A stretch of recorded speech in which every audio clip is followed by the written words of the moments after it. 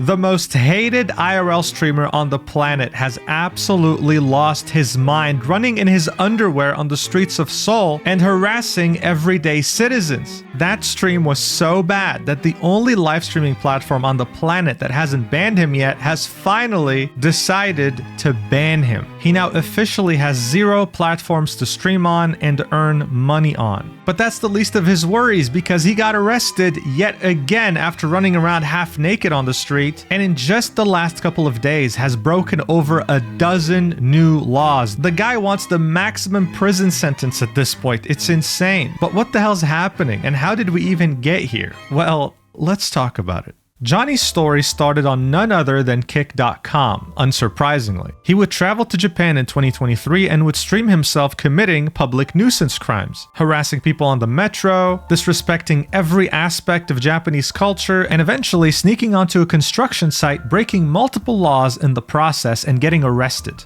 Japan wasn't really used to having cases like this, but eventually he did get around 1 month of prison time before being released and banned from ever coming back. People were hoping that this would traumatize him enough for him to stop, but no, he actually was only getting started. A few months later, he traveled yet again and got arrested by Israeli police for harassing a woman on the street. This only resulted in him spending time in jail overnight though, as he was released quickly and without consequences, emboldening him further. Months would pass yet again, and this time he would decide that his next destination of public nuisance was going to be South Korea. Just like in Japan, he was rude, he was loud, he was obnoxious, harassing people on the street, in public transport. He clearly had learned nothing from his previous 2 destinations. But the first crime he actually committed was obstruction of business in a 7-Eleven when he got some noodles and decided to spill them on purpose on one of the tables that you can eat on. This was while his speaker was very loudly playing his viewers' donations as he screamed and berated staff that was trying to make him stop. It was a very hard watch. But of course, knowing him, this was only the beginning. Shortly after, he would go to a very important statue in Korean society and twerk on it,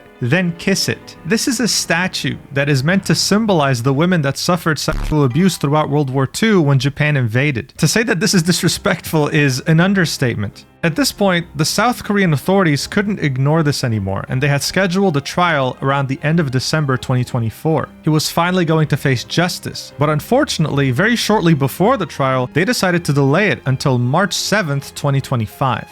Many people were unhappy with the fact that he was going to spend 3 more months in South Korea wreaking havoc. But Legal Mindset, a lawyer that's been very closely following Johnny Somali's antics and reporting on them, said that the reason they would delay a trial by this long is because they had more charges planned. You see, Johnny was under the impression that he was only going to get charged for one thing, and that's obstruction of business. He was also carefree, thinking that if something bad did actually happen, he could just plead insanity. This would reduce his punishment considerably and let him leave the country. Unfortunately for him though, he was absolutely delusional if he thought he was going to get out of this easily. March 7th, 2025 finally arrived, and Legal Mindset actually attended the trial personally. Johnny had shown up an hour late, drunk, wearing an oversized suit belonging to his only friend in South Korea, Hank, and a MAGA hat. Now personally, I'm quite jealous of Legal Mindset because he got to see something up close and personal that many of us couldn't see because cameras weren't allowed in the trial. He got to see Johnny's smile go from this to this as the judge announced that there were going to be 3 additional charges added to his case.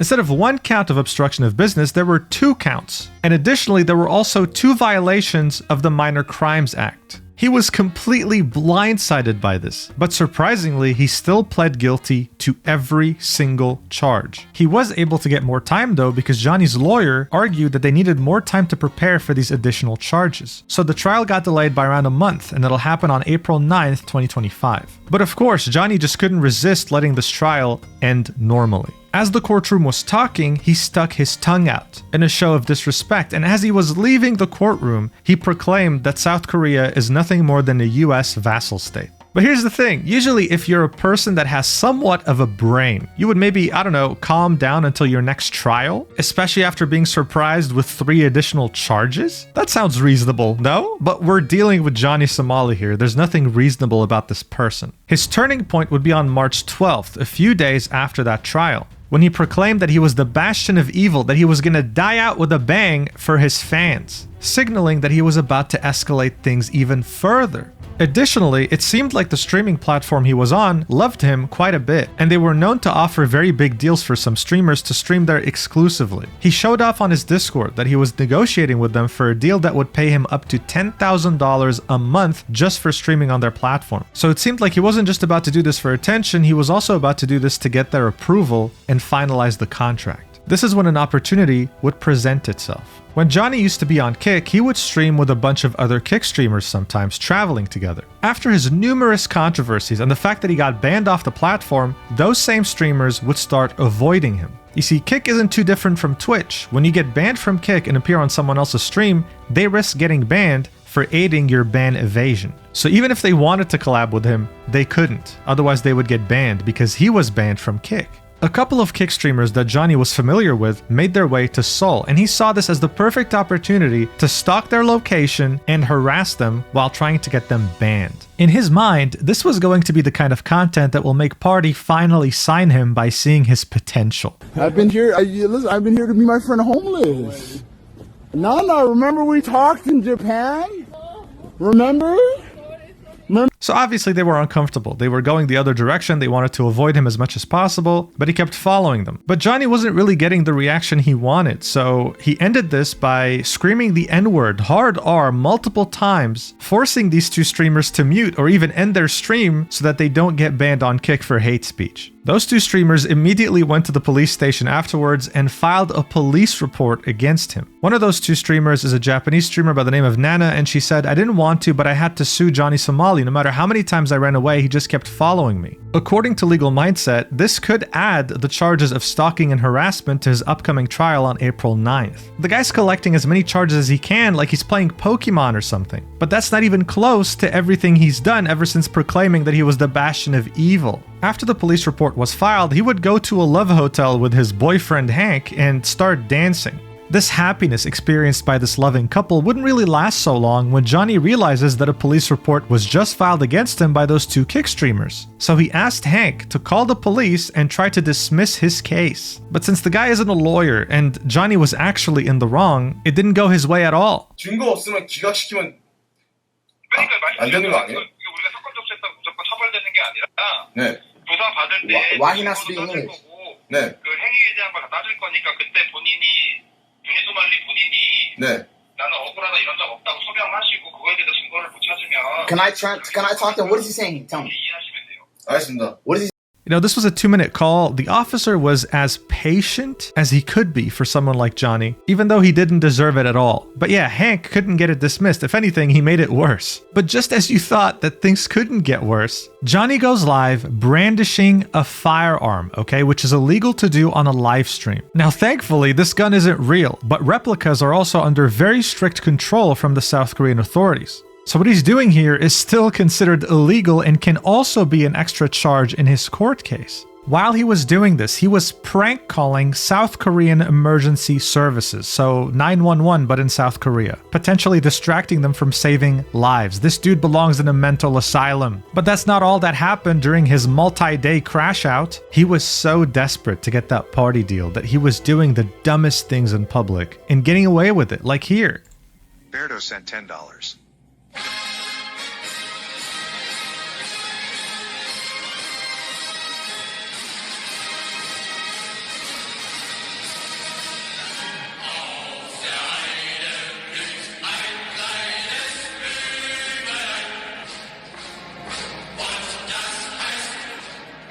This guy just sits there, right? He wakes up in the morning and he's like, what's the most controversial thing I can do today, right? That's his whole life at this point. But what he did next was unexpected, even for people who cover his antics all the time. He decided to do what he's always done, being a public nuisance, but this time while barely wearing anything and acting like a crazy person. Watch.